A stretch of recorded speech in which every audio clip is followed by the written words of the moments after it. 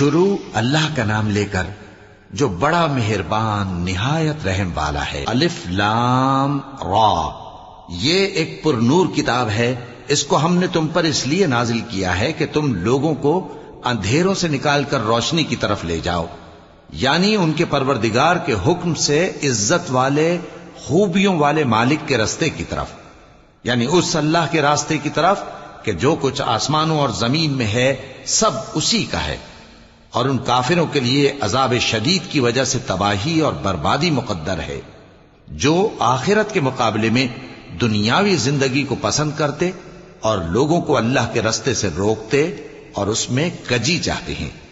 یہ لوگ بڑے دور کی گمراہی میں ہیں، اور ہم نے کوئی پیغمبر نہیں بھیجا مگر وہ اپنی قوم کی زبان بولتا تھا تاکہ انہیں احکام الہی کھول کھول کر بتا دے۔ پھر اللہ جسے چاہتا ہے گمراہ رہنے دیتا ہے اور جسے چاہتا ہے ہدایت دیتا ہے، اور وہ غالب ہے، حکمت والا ہے۔ اور ہم نے موسیٰ کو اپنی نشانیاں دے کر بھیجا کہ اپنی قوم کو تاریکیوں سے نکال کر روشنی میں لے جاؤ اور ان کو اللہ کے دن یاد دلاؤ، اور اس میں ان لوگوں کے لیے جو صابر و شاکر ہیں نشانیاں ہیں۔ اور جب موسیٰ نے اپنی قوم سے کہا کہ اللہ نے جو تم پر مہربانیاں کی ہیں ان کو یاد کرو، جبکہ اس نے تم کو فرعون کی قوم سے رہائی بخشی، وہ لوگ تمہیں برے برے عذاب دیتے تھے اور تمہارے بیٹوں کو مار ڈالتے تھے اور تمہاری لڑکیوں کو زندہ رہنے دیتے تھے، اور اس میں تمہارے پروردگار کی طرف سے بڑی آزمائش تھی۔ اور جب تمہارے پروردگار نے تم کو آگاہ کیا کہ اگر شکر کرو گے تو میں تمہیں زیادہ دوں گا، اور اگر ناشکری کرو گے تو یاد رکھو کہ میرا عذاب بھی سخت ہے۔ اور موسیٰ نے صاف صاف کہہ دیا کہ اگر تم اور جتنے اور لوگ زمین میں ہیں سب کے سب ناشکری کرو تو بھی اللہ بے نیاز ہے، قابل تعریف ہے۔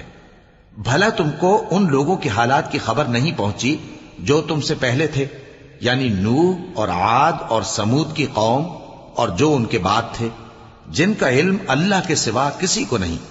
جب ان کے پاس ان کے پیغمبر نشانیاں لے کر آئے تو انہوں نے اپنے ہاتھ ان کے منہوں پر رکھ دیے کہ خاموش رہو، اور کہنے لگے کہ ہم تو تمہاری رسالت کو تسلیم نہیں کرتے، اور جس چیز کی طرف تم ہمیں بلاتے ہو ہم کو اس میں بھاری شک ہے۔ ان کے پیغمبروں نے کہا کیا تم کو اللہ کے بارے میں شک ہے جو آسمانوں اور زمین کا پیدا کرنے والا ہے؟ وہ تمہیں اس لیے بلاتا ہے کہ تمہارے گناہ بخشے اور ایک مدت مقرر تک تم کو مہلت دے۔ وہ بولے کہ تم تو ہمارے ہی جیسے آدمی ہو، تمہارا یہ منشا ہے کہ جن چیزوں کو ہمارے بڑے پوجتے رہے ہیں ان کے پوجنے سے تم ہمیں روک دو، تو اچھا کوئی کھلی دلیل لاؤ، یعنی معجزہ دکھاؤ۔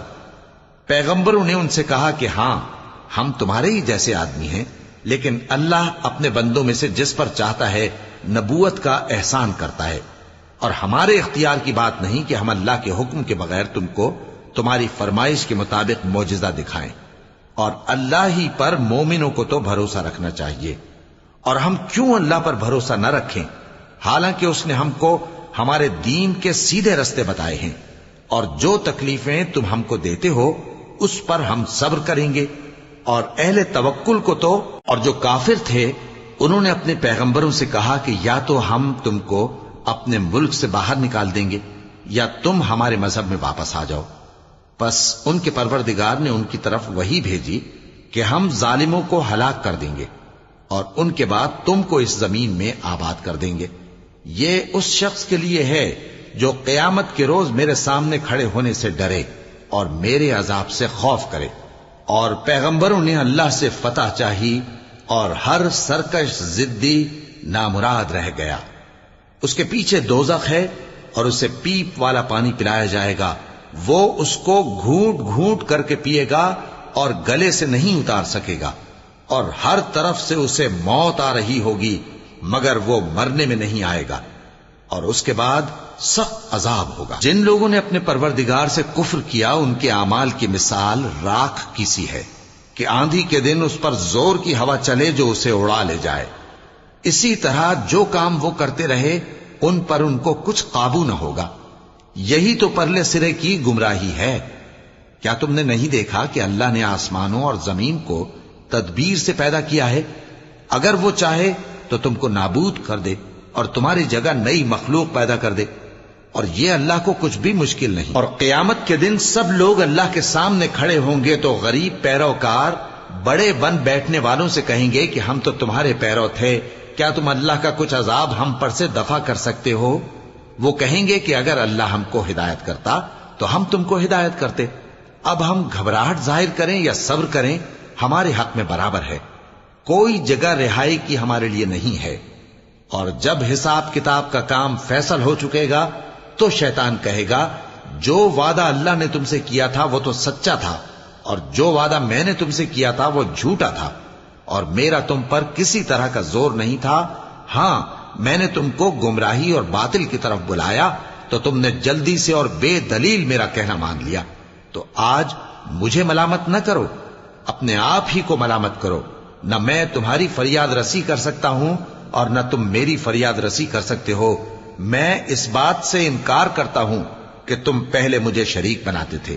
بے شک جو ظالم ہیں ان کے لیے درد دینے والا عذاب ہے. اور جو ایمان لائے اور عمل نیک کرتے رہے وہ بہشتوں میں داخل کیے جائیں گے جن کے نیچے نہریں بہ رہی ہیں.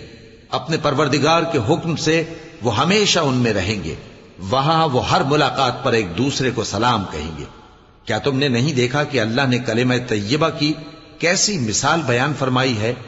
وہ ایسی ہے جیسے پاکیزہ درخت جس کی جڑ مضبوط ہو اور شاخیں آسمان میں پھیلی ہوں.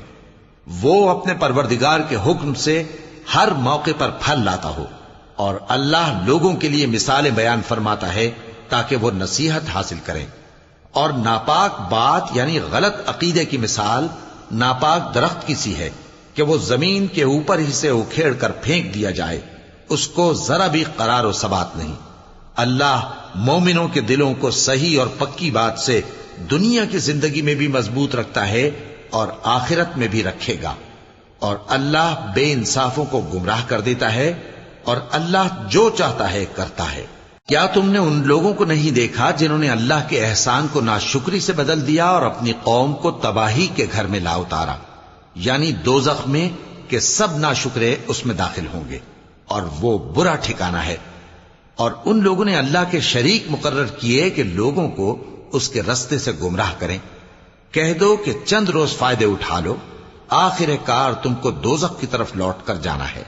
اے پیغمبر میرے مومن بندوں سے کہہ دو کہ نماز پڑھا کریں اور اس دن کے آنے سے پیشتر جس میں نہ اعمال کا سودا ہوگا اور نہ دوستی کام آئے گی ہمارے دیے ہوئے مال میں سے پوشیدہ اور علانیہ خرچ کرتے رہیں. اللہ ہی تو ہے جس نے آسمانوں اور زمین کو پیدا کیا اور آسمان سے مے برسایا، پھر اس سے تمہارے کھانے کے لیے پھل پیدا کیے اور کشتیوں اور جہازوں کو تمہارے زیر فرمان کیا تاکہ وہ سمندر میں اس کے حکم سے چلیں، اور نہروں کو بھی تمہارے زیر فرمان کیا. اور سورج اور چاند کو تمہارے لیے کام میں لگا دیا کہ دونوں دن رات ایک ڈگر پر چل رہے ہیں، اور رات اور دن کو بھی تمہاری خاطر کام میں لگا دیا. اور جو کچھ تم نے مانگا سب میں سے تم کو عنایت کیا. اور اگر اللہ کے احسان گننے لگو تو شمار نہ کر سکو، مگر لوگ نعمتوں کا شکر نہیں کرتے. کچھ شک نہیں کہ انسان بڑا بے انصاف ہے، ناشکرا ہے. اور جب ابراہیم نے دعا کی کہ اے میرے پروردگار اس شہر کو لوگوں کے لیے امن کی جگہ بنا دے اور مجھے اور میری اولاد کو اس بات سے کہ بتوں کی پرستش کرنے لگیں بچائے رکھیو. اے پروردگار انہوں نے بہت سے لوگوں کو گمراہ کیا ہے، سو جس شخص نے میرا کہا مانا وہ میرا ہے، اور جس نے میری نافرمانی کی تو تو بخشنے والا ہے، مہربان ہے. اے پروردگار میں نے اپنی اولاد ایک وادی میں جہاں کھیتی نہیں تیرے عزت و ادب والے گھر کے پاس لا بسائی ہے.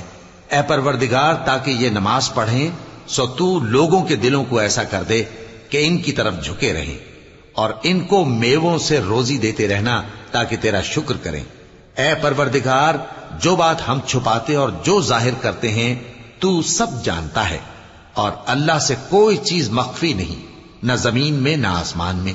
اللہ کا شکر ہے جس نے مجھ کو بڑی عمر میں اسماعیل اور اسحاق بخشے. بے شک میرا پروردگار دعا سننے والا ہے. اے پروردگار مجھ کو ایسی توفیق عنایت کر کہ نماز پڑھتا رہوں اور میری اولاد کو بھی یہ توفیق بخش. اے پروردگار میری دعا قبول فرما. اے پروردگار حساب کتاب کے دن میری اور میرے ماں باپ کی اور مومنوں کی مغفرت کیجو۔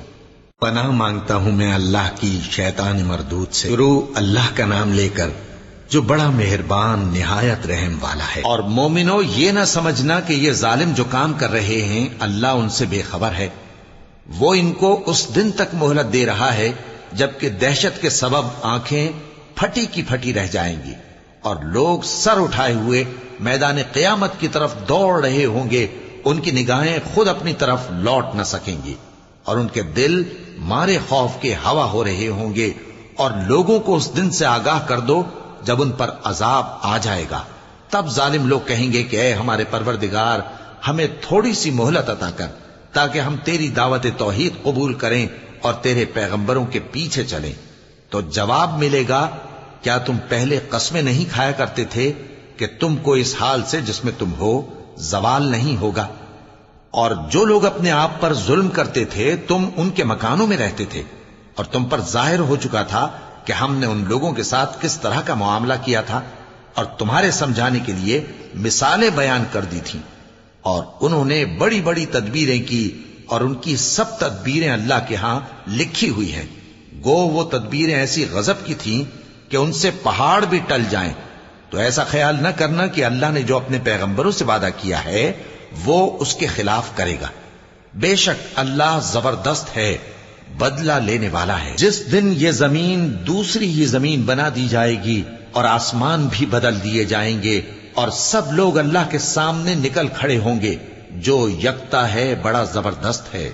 اور اس دن تم گناہگاروں کو دیکھو گے کہ زنجیروں میں جکڑے ہوئے ہیں، ان کے کرتے تارکول کے ہوں گے اور ان کے چہروں کو آگ لپٹ رہی ہوگی۔ یہ اس لیے کہ اللہ ہر شخص کو اس کے اعمال کا بدلہ دے۔ بے شک اللہ جلد حساب لینے والا ہے۔ یہ قرآن لوگوں کے نام اللہ کا پیغام ہے تاکہ ان کو اس سے ڈرایا جائے اور تاکہ وہ جان لیں کہ وہی اکیلا معبود ہے اور تاکہ اہل عقل نصیحت حاصل کریں۔